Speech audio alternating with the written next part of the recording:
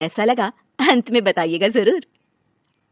अरे बहू चाय ले ले, उठ जा बेटा। अरे मम्मी रहने देती ना, मैं उठ तो रही थी। अरे कोई बात नहीं, खाने में क्या बनाना है वो बता दे। देख लो माँ, कुछ भी जो ये कहे बना लेते हैं। बेटा मैंने तो जो सब्जी थी वो काट दी है, तू बस रोटियां बना लेना।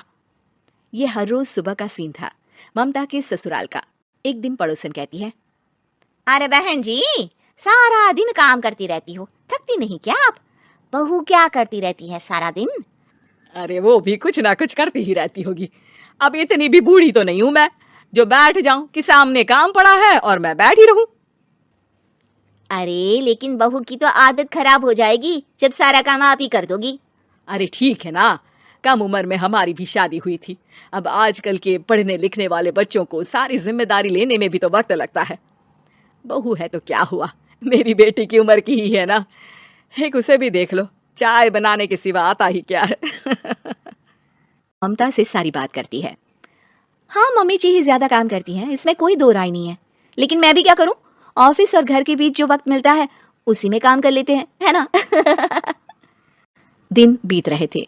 सास बहू के बीच की बॉन्डिंग अच्छी थी, लेकिन जब बहू माँ बनती है तो जो थोड़ा बहुत काम किया करती थी वो भी छोड़ देती है।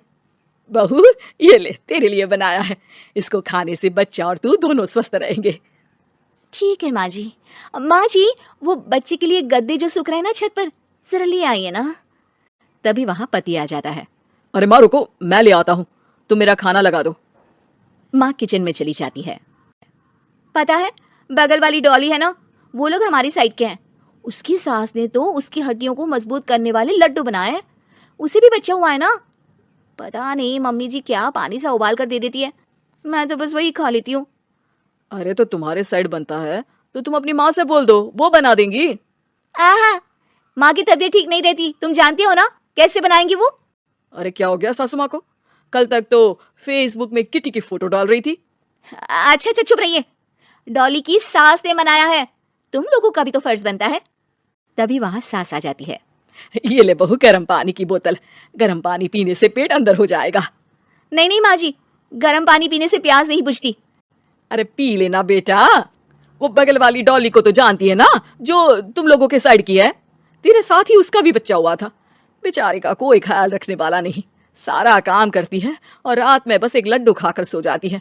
पेट तो लटक ही गया है और बच्चा तो कितना कमजोर सा है उसका।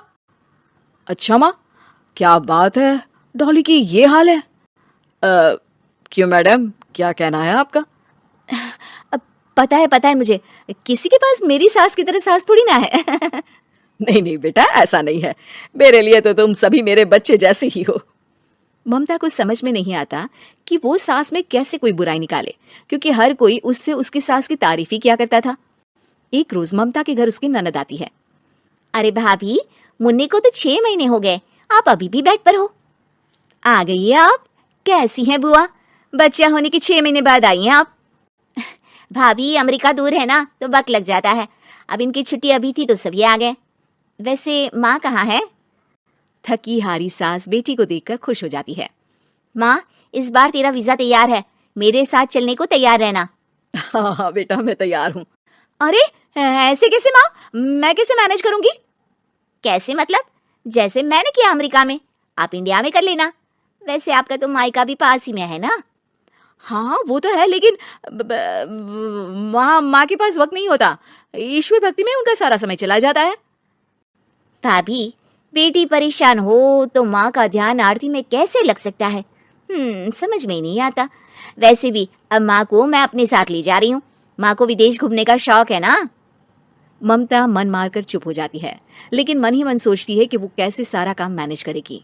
पति का खाना, नाश्ता, मुन्ने को नहलाना धुलाना, फिर रात भर इसके लिए दूध तैयार करना। माँ तो सारा काम करती थी, हे भगवान, ना भाई ना। क्या हुआ भाभी, क्या सोचकर ना भी ना कर रही हो? अरे कुछ नहीं, बस बच्चे के बाद से कमजोरी ज्यादा हो गई है ना, तो अचानक से बड़बड़ाने लगती हूँ मैं। अगले दिन ममता अपनी माँ को फोन करती है। राधे राधे माँ, मैं क्या करूँ, मेरी सास तो अमेरिका जा रही है बेटी के पास, अब घर का सारा काम, बच्चा सब कैसे मैनेज करूंगी। तू आ जाना माँ कुछ महीनों के लिए मेरे पास। अरे ना ना ममता, मेरे बस की बात नहीं है काम धाम। अरे तू तो जानती है ना, मैंने तो तेरे भाई की शादी भी गरीब गांव की लड़की से इसीलिए ही की थी कि वो चुपचाप घर का सारा काम करे। वैसे भी अब तो आदत भी नहीं रही मेरी काम करने की। ममता को माँ पर बहुत गुस्सा आता है। ठीक है माँ, देख लूंगी मैं, लेकिन मेरी मुसीबत के वक्त आप मेरा साथ नहीं दे रही है, अब भूल जाना मुझे। ममता गुस्से में आकर फोन रख देती है और रोने लगती है, लेकिन बेचारी करे भी तो क्या। अब सास और ननद दोनों घर का काम करते, नेहा आराम करती, लेकिन अब आराम में भी उसे चिंता रहती। और फिर वो दिन भी आ जाता है जब ननद का जाने का वक्त आ जाता है। भाभी मैं जा रही हूँ, अपना और मुन्ने का ख्याल रखना। ममता सास को देखती है और गले लगकर रोने लगती है। माँ जल्दी आ जाना। सास मुस्कुराकर कहती है, कहाँ से ममता, मैं कहीं नहीं जा रही। मैंने देखा कि मेरे जाने की बात से ही तू परेशान हो गई थी, इसीलिए मैंने अपना जाना कैंसिल कर दिया है। तू चिंता ना कर, मैं तेरे साथ ही रहूंगी। ममता को अपनी माँ की बात याद आती है कि कैसे उसके कहने पर भी ममता की परेशानी को समझने की बजाय उसने मना कर दिया, जबकि सास ने बिना कुछ कहे बहू की समस्या पढ़ ली। हाँ माँ, हम सब साथ चलेंगे बाद में दीदी के घर अमेरिका। आज से आप रानी बनकर रहना और मुन्ने को देखना। मैं समझ चुकी हूँ कि मेरा फर्ज क्या है।